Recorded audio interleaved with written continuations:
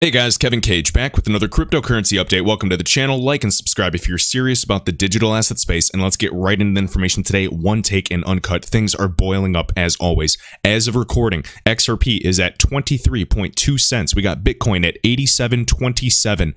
We see gold got a big bump today in the market. We are at 1646, silver at 1721, and now oil propping the stock market up. If it tanks though, we are going to expect these stocks to come down. Oil is at $47.24. Now, as we can see, the Fed just began another repo after $120 billion injection this morning. We can see the Dow right now is down 400 points. We saw them up, we saw a huge retracement. We saw them get as low as what earlier, the other day. What was it in the week? Let me just check. I thought we got just below 25. Maybe we only dipped to 25. Yep, so about, 25 right here. So 24,900. Yep, exactly. So, guys, we'll see. There's a lot of uncertainty and fear with, the new rate cuts in the market as well. So let's keep a close eye on that. If oil gets back down to, that 44 range, we can expect the Dow to kind of drop down back to 25 as well. So should be no surprise. Keep an eye on this, guys. With global uncertainty, long-term trends, metals and crypto will be a hedge to this market. Of course, on the TA side, gold is shown to at least hit 1700 short term. We will see what happens. We always see mixed reviews. We see people saying that gold is going to drop. I don't believe it. I don't think that we're going to drop to, 1,000. I think we're going to 2,000 before 1,000. All right, just my opinion. Please do your own research. Check this out. I'm going to keep this video short and sweet. So we got XRP. So this is John's SMI 131.08865. So right here, flip the switch. XRP will solve issues, including all the debts. And I just like this just in response to Steve Mnuchin again. And again, obviously 77th Secretary of the Treasury. Big things ahead. This man is very connected. Now, I just wanted to share this tweet because I love the pictures here. As we can see, XRP, the standard, the bridge that all currencies will go through. You can see, of course, Mexican peso, Japanese yen, USD, British pound sterling, the yuan. We see the Brazilian real, euro, all these currencies below. And then, of course, Ripple, we got Interledger Protocol, we have Spring Initiative, we have XRP, the digital asset to transmit this value for all payments. Guys, I just, it's been here for a long time as well. Go to this website, stedas.hr. This is Status, makes some great infographics, great things that you guys can learn, as well as the other website, xrparcade.com, for you guys just to teach yourselves instead of just, always going through Twitter and on YouTube. All right, and then, of course, another infographic made by Status. Feel free to pause this to see some of the use cases, of course, for XRP and the ecosystem built around it and the XRP ledger as a whole. And then, of course, the famous document by Everest or NTT Data, one of the biggest IT firms in the world. We've shown this document forever. I know that, Love for Crypto, they released it, a couple years ago. And then, of course, I've done probably 3 or 4 videos from it, thanks to I Am Legion just posting it. I've shared the link from time to time as well. It is just in my cryptocurrency folder as well. All right. Next up, so right here, XRP Crypto Wolf, the Bank for International Settlements released a special Bank of BIS quarterly review on the future of payments just this month, the other day, March 2020.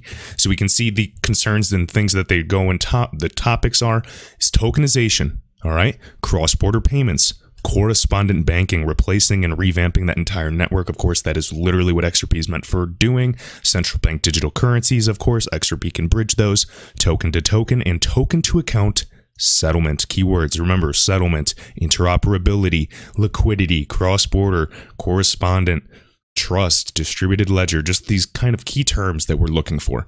All right, now let's take a look at these pictures really quick before I get into another topic. You can see, feel free, again, notice that this right here, we see centralized and they're moving towards more distributed, all right, trying to get a more permissionless and, develop a more trustless ecosystem.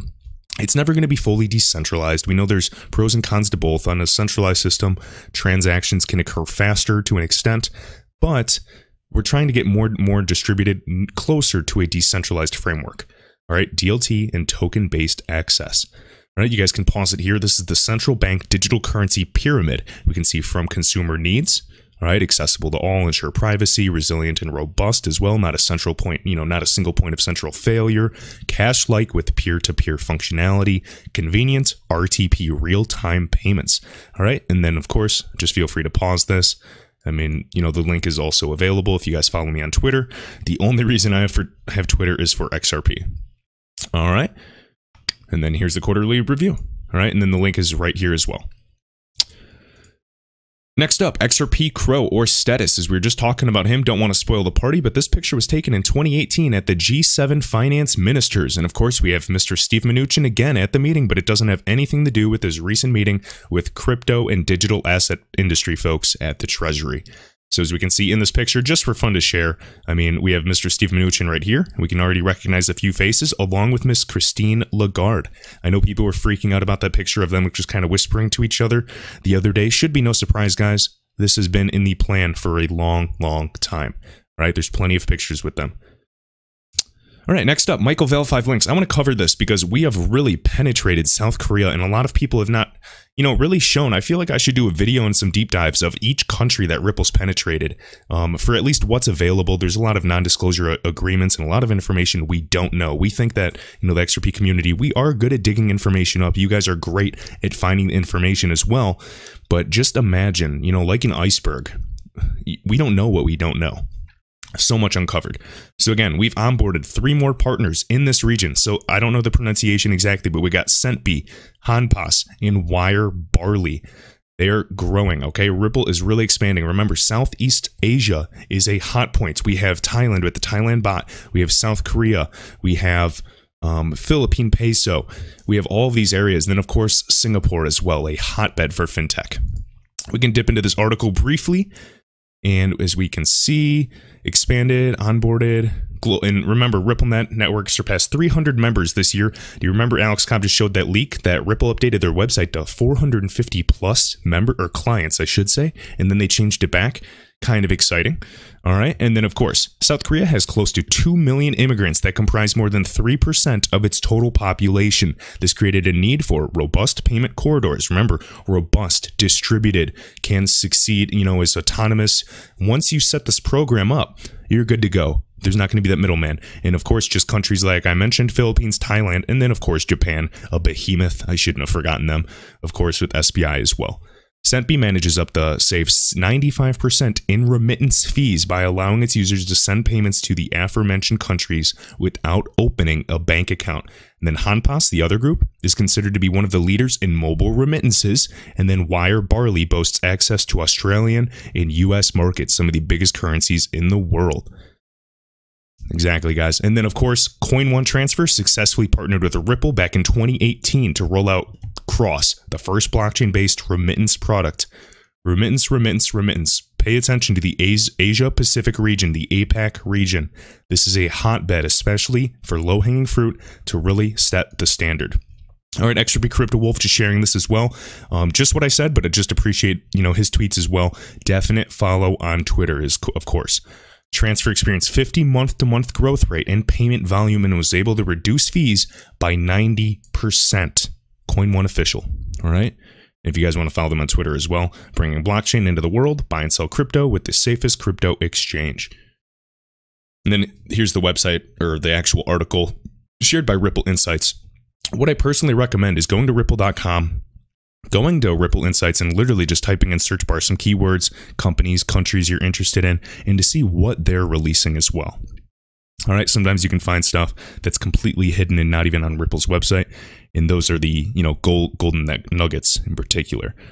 All right, so they talk about, you know, each startup a little bit. Of course, oh, here's the keywords, you know, hotbed of fintech innovation, what I was just saying. Feels like I'm writing these articles sometimes. But again, should be no surprise, guys. One country at a time, one FI financial institution, one money service business at a time. This is the dominance that we have. And some people say, but no XRP. It doesn't matter. Ripple changed their whole website, again, to appeal to, look, instantly move money to all corners of the world. They have a global outlook. See right here, it says 300 plus FIs, choose RippleNet. See some of the partners, of course, we've already talked about Azimo finally. And a lot of the companies, you know, Interbank, RIA, they don't really mention them until they have kind of a testimonial, I've noticed too.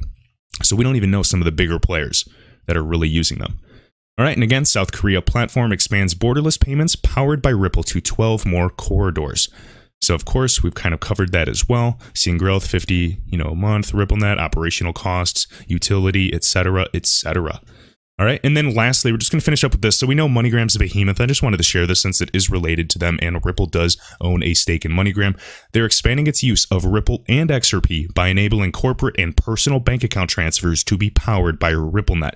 They will accelerate the progress for real-time global settlement. Remember, true settlement on the central bank's core ledger, not just, throughout the correspondent banking network, right? Not just messaging, but true finality. And again, MoneyGram is launching XRP remittances in more corridors, as we can see. All right, so let me see the price. Again, I'm just going to check my phone really quick, see if there's any updates. Right now, nope, just typical fluctuations, guys. I know silver was down to like $16, but we are back up again. Gold is going up.